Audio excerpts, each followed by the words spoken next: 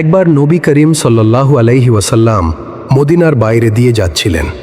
সামনে দেখলেন একটি ছোট্ট রাখাল ছেলে ছাগল চড়াচ্ছে। নবী সাল্লাল্লাহু আলাইহি ওয়াসাল্লাম তাকে দেখে মুচকি হাসলেন এবং ডেকে বললেন। ছেলেটি লজ্জা পেয়ে কাছে এসে সালাম করল। নবী সাল্লাল্লাহু আলাইহি ওয়াসাল্লাম স্নেহ ভরে তার মাথায় হাত বুলিয়ে জিজ্ঞেস করলেন, বেটা, তোমার কাছে কি দুধ আছে? আমার খুব পিপাসা লেগেছে। ছেলেটি লজ্জিত হয়ে বলল, ইয়া রাসূলুল্লাহ সাল্লাল্লাহু আলাইহি ওয়াসাল্লাম, আমার ছাগলগুলো এখনো বাচ্চা দেয়নি, তাই দুধ হয় না। শুধু একটি ছাগলের একটু দুধ আছে, তাও খুব সামান্য। এত অল্প দুধ আপনার জন্য কিভাবে যথেষ্ট হবে? নবী সাল্লাল্লাহু আলাইহি ওয়াসাল্লাম মুচকি হেসে বললেন, কোনো সমস্যা নেই, সেটুকুই নিয়ে এসো। ছেলেটি দৌড়ে গেল। সে ছোট্ট ছাগলটিকে দহন করল।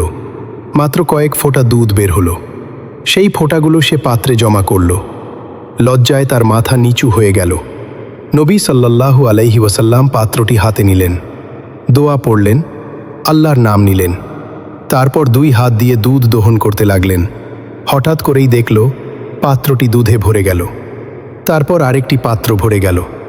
তারপর 3য় পাত্র। ছেলেটি বিস্ময়ে তাকিয়ে রইল। নবী সাল্লাল্লাহু আলাইহি ওয়াসাল্লাম সব সাহাবাকে দুধ পান করালেন। তারপর ছেলেটিকে একটি পেয়ালা ভরে দিয়ে বললেন, এখন তুমি পান করো, আর তোমার পরিবারের লোকদেরও পান করাও। ছেলেটি কান্নায় ভেঙে পড়ল এবং বলল, ইয়া রাসূলুল্লাহ সাল্লাল্লাহু আলাইহি ওয়াসাল্লাম, আপনি সত্যিই আল্লাহর রাসূল। নবী সাল্লাল্লাহু আলাইহি ওয়াসাল্লাম মুচকি হেসে বললেন, আল্লাহ যাকে ইচ্ছা তাকে দান করেন। সুবহানাল্লাহ।